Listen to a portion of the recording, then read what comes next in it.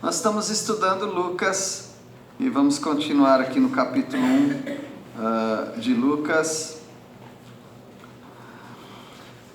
O capítulo 1 de Lucas nos mostra a manifestação do amor de Deus através de pessoas que Ele usou, prometendo converter os pecadores para o Senhor, expressando o seu amor também, prometendo enviar um Salvador para o mundo perdido, e também expressando seu amor, cumprindo as promessas que Ele falou.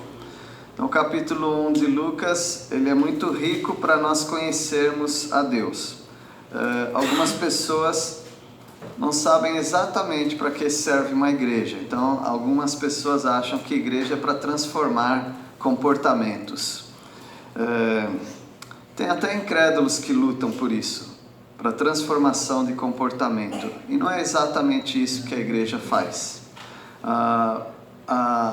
O objetivo principal da igreja é para você, junto com outras pessoas, junto com outros irmãos, conhecer melhor ao seu Deus, conhecer melhor ao seu Salvador. Conhecer a Deus é a base de toda a vida cristã e a vida diária mesmo. O conhecimento de Deus é quem te dá a capacidade para prosseguir da maneira correta nesse mundo. Não se preocupe tanto com seu comportamento. Tem pessoas aí do mundo empresarial e também do mundo das palestras da autoajuda que eles estão sempre falando sobre como você pode mudar o seu comportamento. Então há várias pessoas que fazem isso. Não se preocupe tanto com isso. Preocupe-se em conhecer o Senhor. De todo o teu coração, todas as tuas forças, todo o teu entendimento, toda a tua alma. Você conhecendo o Senhor intimamente, Ele, por ser íntimo de você, Ele vai te transformar. Aquilo que precisa ser transformado, Ele vai transformar sua vida. Não se preocupe tanto com comportamento. Não se preocupe tanto em que fazer e deixar de fazer. Gaste sua energia conhecendo o Senhor. E a maneira de fazer isso é estudar a palavra de Deus reverentemente, orar ao Senhor de maneira dependente e seguir conforme Ele mandar você seguir. Não deixe que outras pessoas sejam o árbitro, o juiz na sua vida, mas a paz de Cristo seja o árbitro no seu coração. Então nós já temos avançado aqui no nosso estudo do capítulo 1 e chegamos aqui no versículo 36. Nós estamos estudando sobre o nosso Salvador Jesus, desde as raízes dele. Sim, deixa eu corrigir uma palavra que eu tenho falado, daqueles que vieram antes, né? Eu tenho usado a palavra preceptor. Não é bem isso, né? Preceptor é um professor, um mestre. Seria precursor. A palavra melhor é precursor. Deus usou precursores, como João Batista, antes dele até Zacarias, Isabel, até vir o Salvador Jesus. E o Salvador teria suas raízes em Nazaré. Isso você encontra no capítulo 1 de Lucas, versículo 26. O Salvador viria da linhagem de Davi.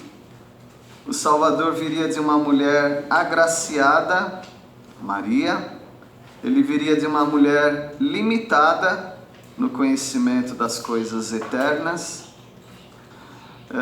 Ele viria de uma mulher, inclusive, assustada e perturbada com o que ela ouviu. E o Salvador viria recebendo um nome divino. Yahvé é o Salvador. Esse é o significado de Jesus. O Salvador, ele seria o Altíssimo sobre a terra. Isso quer dizer que ele governaria sobre todas as nações. E ele seria o Rei absoluto. Promessa essa dada no concerto, no pacto de Davi, quando Deus prometeu isso. E o Salvador viria de um ato totalmente divino, nada humano, totalmente divino. E a Maria se tranquiliza no versículo 35, quando o Senhor fala que descerá sobre ela o Espírito Santo, o poder do Altíssimo, envolvendo com a sombra do Altíssimo, não é? Nós conhecemos essa sombra desde o tabernáculo, quando o Senhor repousava aquela sombra, aquela nuvem no tabernáculo, aquela nuvem que guiava o povo de dia, coluna de fogo à noite. E quando o Senhor diz que vai envolver aquela jovem Maria com a sombra, nós não podemos pensar outra coisa. A sombra do Altíssimo, sempre aquela presença.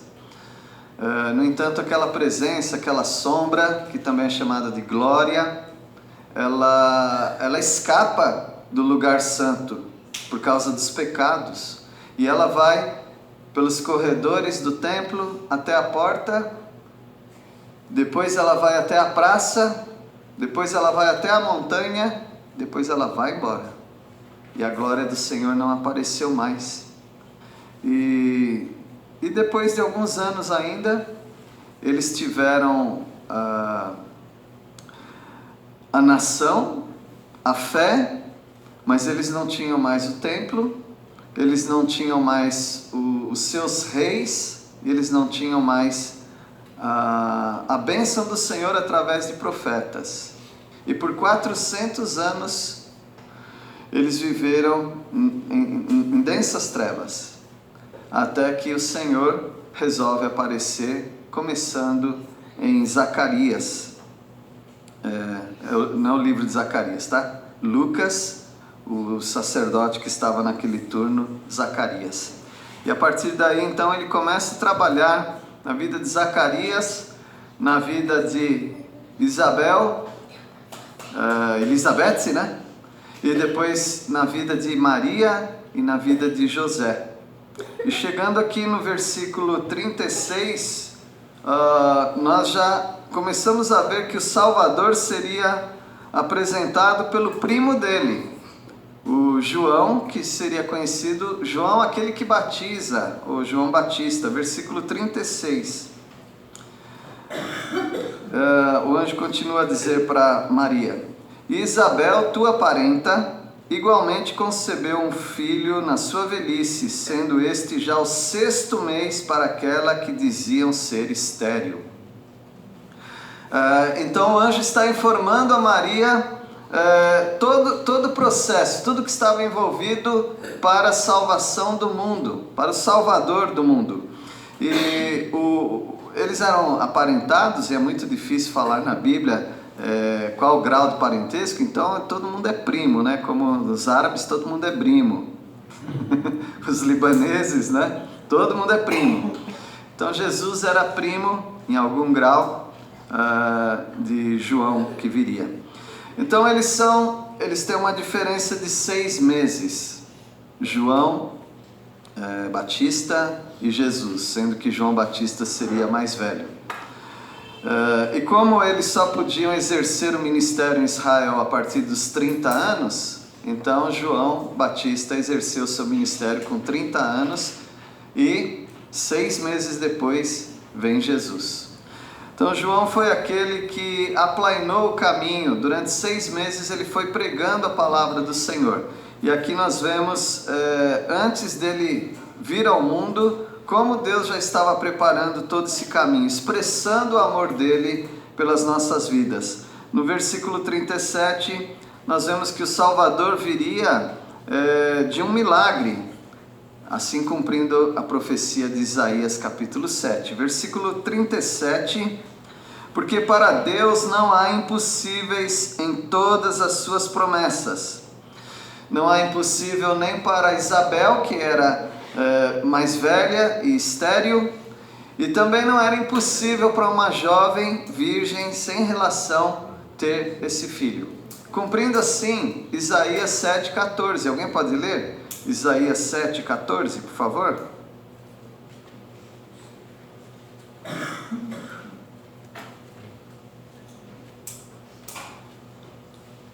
Portanto, o Senhor mesmo vos dará um sinal. Eis que a Virgem conceberá e dará à luz a um filho, e lhe chamará Emanuel. Emanuel, que quer dizer Deus conosco, conforme a gente aprende em Mateus. Mas Deus usaria uma virgem. É claro que quando os rabinos liam essa passagem, eles não pensavam que um dia teria uma mulher como Maria, não, nada disso aí.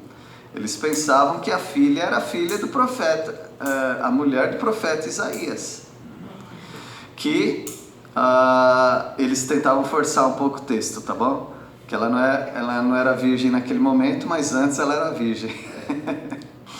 Mas não dá certo, né? A profecia era algo inexplicável. E ela vai se cumprir aqui com a Maria, desposada de José. E falamos então que esse termo que nós nem usamos em português, né? Só tem aqui na Bíblia, desposado. Para mim, desposado era divorciado. Mas desposado, na verdade, é um contrato. Um contrato que um casal tinha de estar prometido um para o outro, mas sem ter relações sexuais, e depois de um ano eles se casariam. Esse período era tão importante e tão contractual, ou seja, era firmado mesmo um pacto que se eles se separassem, era feito um outro contrato, chamado divórcio. Então era um divórcio. Se Maria se apartasse de José. Versículo 38, o Salvador viria de uma mulher piedosa, uma mulher interessada nas coisas de Deus. É claro que o nosso Deus, ele não ia escolher qualquer mulher, mas tinha que ser uma mulher virgem, evidentemente, mas uma mulher que amasse o Senhor, pensasse nas coisas de Deus para trazer o Salvador ao mundo. Versículo 38 diz: Então disse Maria: Aqui está a serva do Senhor, que se cumpra em mim conforme a tua palavra. E o anjo se ausentou dela. Então aqui nós já vemos uma Maria não assustada, mas uma Maria já resignada, entregue aos planos de Deus. Maria nos ensina muitas coisas, não é? Ela nos ensina sobre humildade, ela nos ensina sobre entrega, e ela nos ensina sobre dedicação ao Senhor. Então a Maria é um grande exemplo para nós, e nós não devemos jamais desprezar isso, mesmo que na nossa fé e na nossa confissão de fé, nós não vemos Maria como a mãe de Deus. Não. E nós vimos aqui já nesse texto pequeno que ela se perturbou, que ela ficou pensando o que significaria aquela saudação. Se ela fosse mãe de Deus, vivendo com o Senhor pela eternidade, ela não teria essas dúvidas nenhuma, né? Mas ela não era uma moça simples e uma moça... eu não digo comum, porque nem todas as moças eram tão dedicadas quanto ela, quanto às coisas do Senhor, mas era possível ter uma moça assim, né? Aqui na terra. No versículo 39 diz: Naqueles dias, dispondo-se Maria, foi apressadamente à região montanhosa, uma cidade de Judá. Então Maria viaja aí 280 quilômetros mais ou menos e vai encontrar a parente dela, a Isabel. Agora, uma era da região sem importância religiosa, que era Nazaré, Galileia, e a outra era de uma região totalmente religiosa, que é Judá. Porque o esposo dela era sacerdote, então ele tinha que estar naquela região, né, da Judéia, em Judá. E ela vai ali se encontrar. Eu vejo de grande importância Maria se encontrar com Isabel. E essa importância é dupla. Uma para confirmação de um e de outro, dos filhos. Não para Deus, evidentemente, mas para os pais para as mães. Aquilo era muito importante. A outra coisa muito importante é que Maria seria uma auxiliadora de Isabel. Lembre-se que ela era mais velha. Então ela estaria... Eles tinham um bebê em casa, né? Então ela estaria ali num período em que seria uma grande ajuda para parente dela. O Salvador operaria sinais antes mesmo de nascer. O Senhor Jesus, ele opera sinais antes mesmo de nascer. Então nós vamos ver aqui no versículo 40, entrou na casa de Zacarias e saudou Isabel. Versículo 41, ouvindo esta saudação de Maria, a criança lhe estremeceu no ventre, então Isabel ficou possuída do Espírito Santo. Então nós vemos que a saudação, que em português aqui ficou bem fraca, né? No versículo 28, o anjo, aonde ela estava, disse: alegra-te, muito favorecida. Mas na verdade ela não é só favorecida, ela era agraciada. A gente não gosta do termo por razão específica, né? Mas é a Maria cheia de graça. E essa saudação foi tão importante que quando a Maria, a própria Maria, está visitando Isabel, e quando ela cumprimenta a parente, a Isabel sente no ventre dela o Espírito Santo. Então é tudo envolvido em muita santidade. É Deus tratando com duas grávidas de uma maneira inigualável. Não existiu igual. A comunicação que elas tinham no ventre era algo grandioso. Porque Deus estava trabalhando no ventre de Maria, no ventre de Isabel também. Era algo do Senhor. Então os sinais estiveram envoltos na vida de João Batista e na vida de Jesus, antes mesmo deles nascerem. Como foi também com alguns outras personagens da Bíblia. E o Salvador seria exaltado desde o ventre. Hoje nós cantamos Ele é exaltado. E quando nós cantamos isso, evidentemente, nós pensamos no nosso Salvador por tudo aquilo que Ele representa para nós, tudo aquilo que Ele foi. Ele passou nesse mundo, curando pessoas, glorificando o nome do Pai. Ele foi crucificado, ressuscitou, está diante do Senhor, e hoje nós cantamos Ele é exaltado. Mas antes disso, Ele já era exaltado. Ele é exaltado por toda a eternidade. Ele já foi exaltado no Antigo Testamento, quando Ele aparecia como o anjo do Senhor. E Ele é exaltado agora antes mesmo de nascer, o nosso Salvador. Versículo 42. E exclamou em alta voz: bendita és tu entre as mulheres, e bendito o fruto do teu ventre. 43. E de onde me provém que me venha visitar a mãe do meu Senhor? Então já há um reconhecimento de que aquele menino que nasceria, o Senhor Jesus, ele seria o Senhor. Versículo 44. Pois logo que me chegou aos ouvidos a voz da tua saudação, a criança estremeceu de alegria dentro de mim. Bem-aventurada a que creu, porque serão cumpridas as palavras que lhe foram ditas da parte do Senhor. E aqui vem um texto poético, um texto de exaltação, de magnificar o nosso Senhor Jesus Cristo. E esse é um texto importante para nós, que cremos que Jesus Cristo é o único mediador, e não Maria.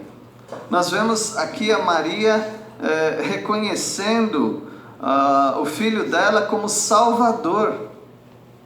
Se Maria reconheceu a Jesus como Salvador, isso diz que ela nasceu com pecado. que a Maria também precisava de um Salvador. No versículo 46, o Salvador ofereceria alegria desde o ventre. Então disse Maria: a minha alma engrandece ao Senhor, e o meu espírito se alegrou em Deus, meu Salvador. Yahvé, Salvador, Jesus, esse era o nome dele. Então ela está muito alegre, porque ela está carregando o Salvador, não só dela, mas do mundo todo. Mas ela reconhece que Ele é o Deus dela, que Ele é o Salvador dela. E o versículo 48, o Salvador viria para mudar todas as gerações. O mundo nunca mais foi igual depois que essa criança veio ao mundo. Versículo 48.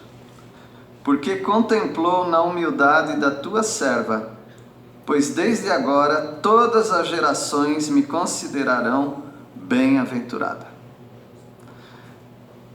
E sim, nós consideramos Maria assim, uma mulher feliz, uma mulher que recebeu a bênção do Senhor, a graça do Senhor de trazer o Salvador ao mundo.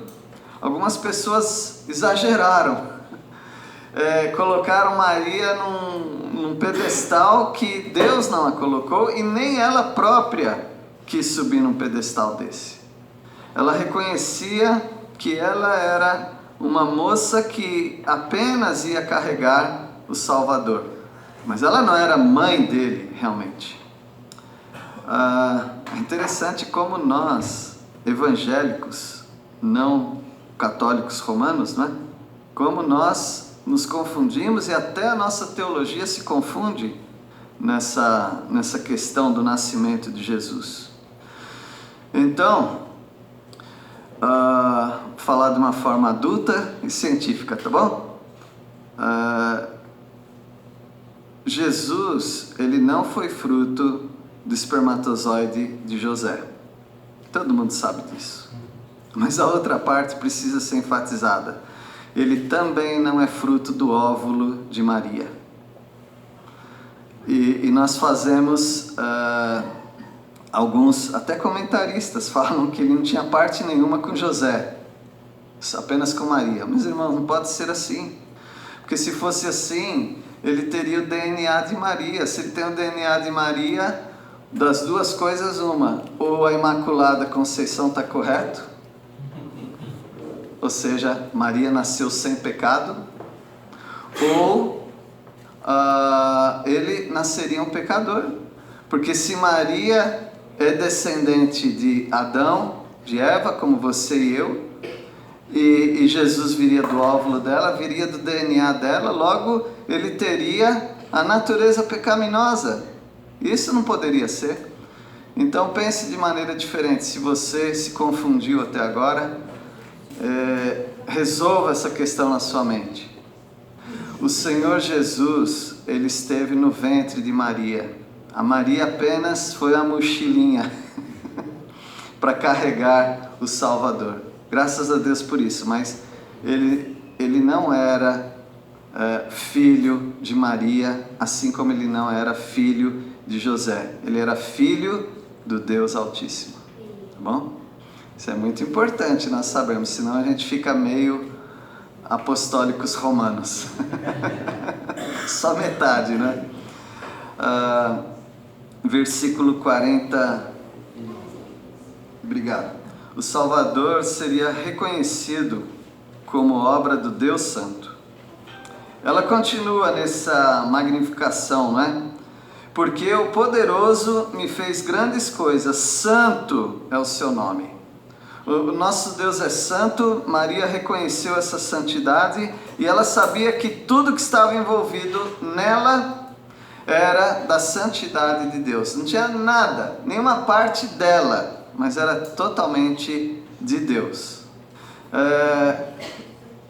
Vamos dizer, é o máximo que Deus conseguiu chegar para a identificação dele na terra. De alguma maneira teria que usar algo contaminado com o pecado, porque o Senhor Jesus viria no mundo de pecado. Logo, se ele fosse usar uma mulher desse mundo, ele entraria em contato com o pecado sem, contudo, ser um pecador.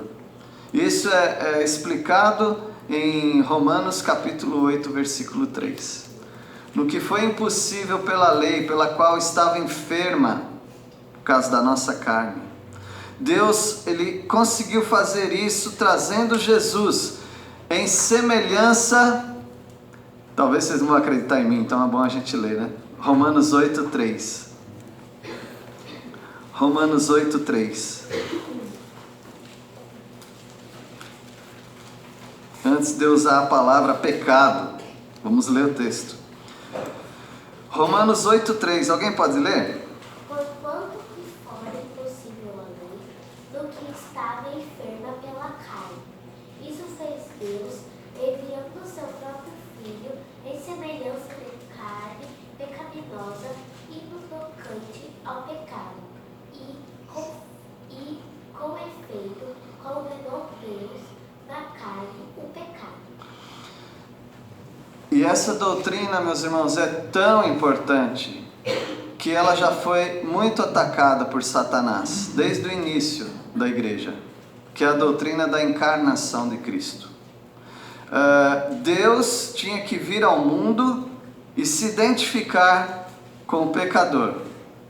Agora, por favor, não pense que eu estou pregando heresia quando falar isso, mas ele tinha que vir em alguém que parecesse um pecador, em semelhança de pecado, em semelhança de carne pecaminosa. Ou seja, se você estivesse naquela época andando na rua e passasse por Jesus, não tinha uma auréola nele, uma coisa brilhante, identificando, esse é totalmente divino. Não, ele pareceria com você e comigo. Ele pareceria com carne pecaminosa. Foi o máximo, ou então podemos falar o mínimo irredutível, quando Deus se pareceu com um pecador, mas ele não era pecador. Então ele veio como todos nós viemos ao mundo, através de uma mulher, gerando a nós. Então ele parecia uma pessoa comum, mas nós sabemos que ele não era pecador. Ele era santo, conforme diz o versículo 49, Lucas 1, 50 agora. O Salvador viria da manifestação da misericórdia de Deus. Versículo 50. A sua misericórdia vai de geração em geração sobre os que temem. Quantas pessoas temiam ao Senhor e esperavam esse Salvador? E ele chega. E essa é a misericórdia do Senhor sobre as nossas vidas. Nós não merecíamos isso. De maneira nenhuma nós merecíamos esse Salvador. E o versículo 51... o Salvador colocaria ordem numa teologia confusa. Os judeus estavam totalmente confusos na sua teologia, e o Senhor ia resolver isso. Versículo 51. Agiu com seu braço valorosamente, dispersou os que no coração alimentavam pensamentos soberbos. Aquelas pessoas que não criam no Senhor, tinham pensamentos orgulhosos. Essas pessoas estavam bem confusas. Os fariseus daquela época estavam bem confusos. Mas o Senhor veio e ele dispersou no coração das pessoas que temiam o Senhor toda a confusão. Como ele fez com, creio que a maioria de vocês. Ele dispersou todas as dúvidas que havia no seu coração sobre um Salvador. E hoje você é salvo por Cristo Jesus. Eu não consigo dispersar, banir, espalhar, tirar a dúvida do coração das pessoas. Só Deus pode fazer isso. E Ele fez trazendo o Senhor Jesus. Versículo 52, o Salvador se colocaria nesse mundo como o soberano sobre todos os povos. Versículo 52. Derribou do seu trono os poderosos e exaltou os humildes. O Senhor Jesus, ele derruba todos os governos. Assim como foi com o Egito, com a Babilônia, Média, Pérsia, Grécia, Roma, ele derrubou todos os poderosos. Só que deu uma brecada, né? Ainda nós estamos com poderosos que estão no trono, mas que não são de Deus. Como que isso aconteceu? É porque ele veio para os seus, mas os seus não o receberam. Então ele deu uma pausa, e um dia ele volta para governar todos os povos. Mas essa promessa ainda continua verdadeira. Derribou do seu trono os poderosos. Versículo 53. O Salvador saciaria a fome espiritual dos pecadores. Versículo 53. Encheu de bens os famintos e despediu vazio os ricos. Ele não fez isso? No ministério dele, você não via ele trazendo pecadores como a mulher samaritana, totalmente pobre no sentido espiritual. E você não viu aquele jovem rico vindo até Jesus e o Senhor Jesus despedindo vazio aquele rico? Ele foi só com as riquezas, mas ele não veio buscar riqueza. Vocês lembram que ele veio buscar? A vida eterna, o jovem rico. Mas ele sai vazio. Do jeito que ele chegou vazio, ele sai vazio, só com as riquezas, que era algo vazio. Então a promessa do Senhor também está se cumprindo. Ele está saciando a fome dos humildes, dos famintos, e despedindo vazio os ricos, aqueles que não querem se converter. E ele seria a resposta para a nação rebelde de Israel. Versículo 54. Amparou a Israel, seu servo, a fim de lembrar-se da sua misericórdia. Ele não abandonou a nação de Israel. Por isso o Senhor Jesus Cristo veio, e ele veio dizendo para os seus discípulos para pregar para a casa de Israel. Ele nunca desprezou Israel. E assim como ele não tem desprezado a você também, porque nós somos o verdadeiro Israel, nós somos filhos de Abraão, e quanto à nação de Israel, ele ainda tem o tempo para tratar com essa nação. E o versículo 55, ele é o cumprimento da promessa a Abraão. Versículo 55, a favor de Abraão e de sua descendência para sempre, como prometera aos nossos pais.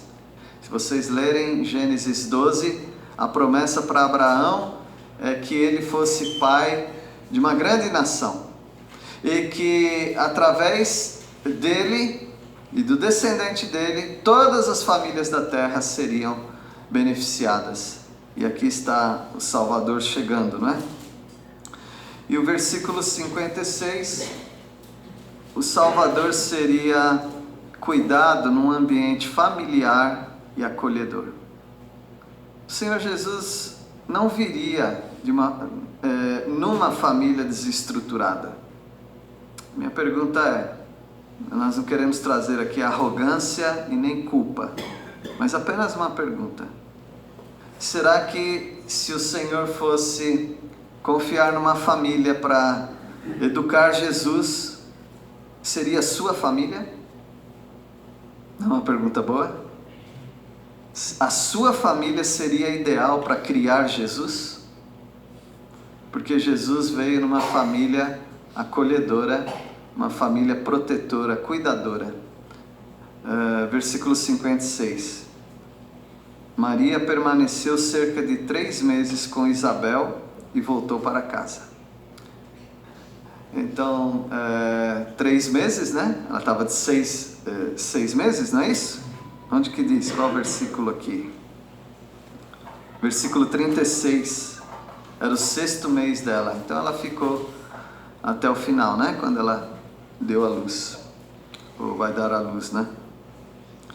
Então, meus irmãos, nós temos em volta de nós uma linda história de amor, envolvendo 2 casais, Zacarias, Isabel, José, Maria. trazendo esses dois primos ao mundo, João e Jesus, e eles mudariam para sempre a história. Mudaram a nossa história, inclusive. Então não despreze as raízes, não despreze todo esse contexto que Deus trouxe até nós. E vamos cuidar da nossa vida também, porque Deus está à procura ainda de vasos como Maria, como Zacarias, mesmo com a falha da incredulidade dele, Isabel, José, Maria, né? Então ele está procurando vasos para purificar e para usar esses vasos para a glória dele. Que Deus os abençoe. Vamos orar. Deus querido, obrigado porque tudo que estava envolvido na vinda, na chegada do Senhor Jesus foi lindo, foi santo e é para a nossa vida também um grande ensino. Ajuda-nos, ó Pai, a sermos como esses dois casais nas Tuas mãos. E, ó Deus, muito obrigado porque hoje nós temos a oportunidade de contar essa história para as pessoas. Ajuda-nos, ó Pai, a mostrar para eles que o Salvador de Maria era o próprio filho dela, o Senhor Jesus. E que as pessoas tenham a humildade para receber essa mensagem também. Em nome do Senhor Jesus que oramos. Amém.